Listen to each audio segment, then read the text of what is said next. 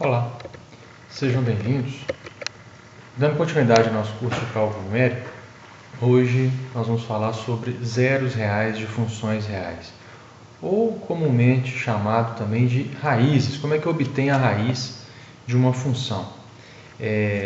Isso é um assunto que já está aí na pauta dos estudantes há muito tempo. A gente aprende primeiro a obter raiz de uma função de primeiro grau, depois uma função de segundo grau, né? E vocês sabem bem, se eu estiver tratando de um polinômio, se esse polinômio tem grau 3, ele tem 3 raízes, se ele tem grau 5, ele tem 5 raízes, se esse polinômio tem grau 100, ele tem 100 raízes. Porém, nem todas essas raízes são reais, né? E aqui nós vamos tratar somente de obtenção de raízes reais. Bom, o conteúdo de obtenção de raízes é isso aqui. O programa nosso é esse, uma introdução. Nós vamos falar sobre como isolar as raízes, né? Depois, como é que a gente faz o refinamento dessas raízes. Uma vez que eu tenho as raízes isoladas, eu já identifiquei a região onde há uma raiz, eu vou refinando, né? Eu vou tentando obter melhores valores para aquela raiz dentro daqueles intervalos. Evidentemente que eu tenho que ter um critério de parada, né?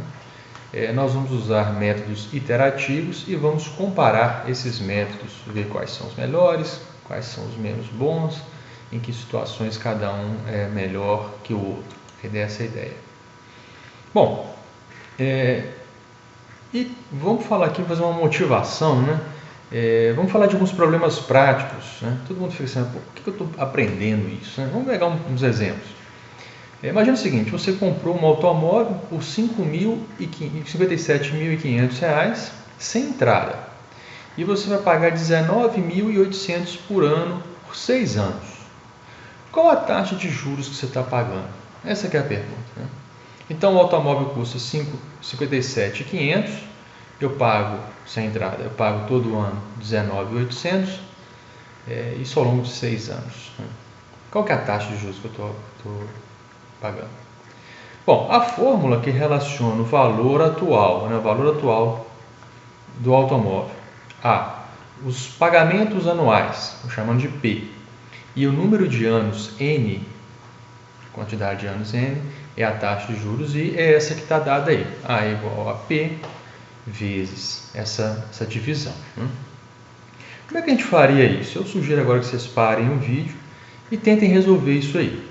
Para aqueles que já fizeram, já tentaram, a ideia aqui é a seguinte, vejam só. Eu vou aqui, eu tenho, quais são as minhas variáveis, né? A minha variável é P, A, I e N, né? A é o valor atual do meu automóvel, 57.500. Então eu venho aqui, né, e coloco aqui, ó, 57.500 é igual a P. O que é P? Os pagamentos anuais, as importâncias que eu estou pagando a cada ano. Então eu vou substituir a variável P por 19.800. Depois vem I e J. O que eu quero saber? Eu quero saber a minha taxa de juros I. Então essa é a variável que eu desejo, né? E o que é o N? É a quantidade de anos. Eu tenho aqui, ó, eu estou pagando, fazendo esse empréstimo por 6 anos, né? Então, o meu N é igual a 6. Muito bem. Então, eu tenho aqui 57.500 é igual a 19.800 vezes I vezes 1 mais I elevado a 6 dividido por 1 mais I elevado a 6 menos 1. Pronto. É só isolar o I e fim de papo. A pergunta é, isolar esse I é fácil? Olha só, se a gente pegar essa equação, jogar o A para cá com valor negativo, eu igualo essa função a zero. Igualar essa função a zero equivale a obter a raiz dessa função. Então, se eu obtiver a raiz dessa função, ou as raízes, ela pode ter mais de uma, né? Aí a gente vai destrinchar isso aqui mais para frente, mas eu obter a raiz dessa função vai me permitir achar a minha taxa de juros I para o valor dado A, para o valor dado P e para a quantidade de tempo N. Ok? É assim que se resolve.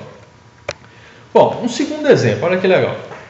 Em engenharia ambiental, a seguinte equação pode ser usada para calcular o nível de concentração de oxigênio C num rio, em função da distância x, medida a partir do local de descarga de poluentes.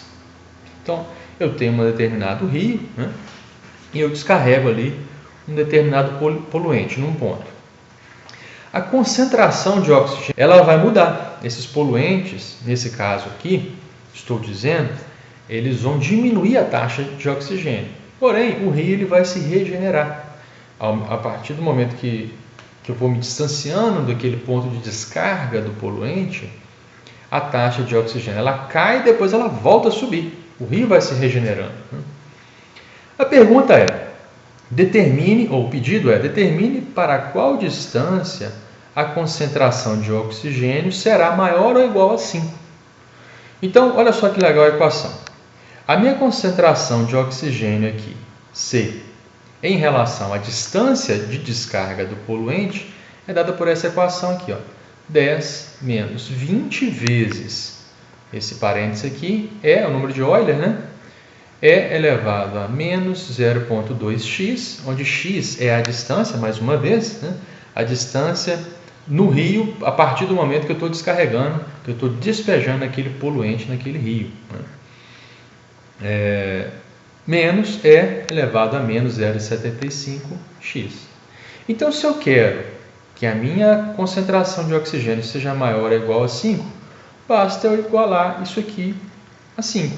Então, 5 é igual a 10 menos 20 vezes essa equação que está aqui. Tá certo? Então, é só isolar o x e descobrir para qual distância essa concentração de oxigênio vai ser maior que 5. Mais uma vez, isolar esse x não é simples. Se eu pegar esse 5 que eu vou colocar aqui e jogar para o lado direito, com valor negativo, eu vou ter uma função igual a zero. Né? Então, 0 é igual a menos 5 mais 10 menos 20 vezes isso aqui. E aí, obter essa raiz, né, vai me levar ao valor que eu quero para esse problema. Bom, mais um exemplo. Um projeto de um tanque esférico deve ser desenvolvido para armazenar água para uma pequena cidade. O volume de líquido de água é determinado pela fórmula. Imaginando aqui que o tanque é esférico. É claro que isso não é uma coisa comum. O exemplo aqui é só para facilitar o nosso entendimento. Mas olha só. O volume de água que eu tenho vai ser igual a π vezes h elevado ao quadrado vezes 3r menos h dividido por 3. Onde? Esse V aqui é o meu volume de água em metros cúbicos ou litros, né? Água, litro é metro cúbico, todo mundo sabe. H é a altura da água no meu tanque, medida em metros. Né? R, esse R aqui, é o raio do tanque. Né?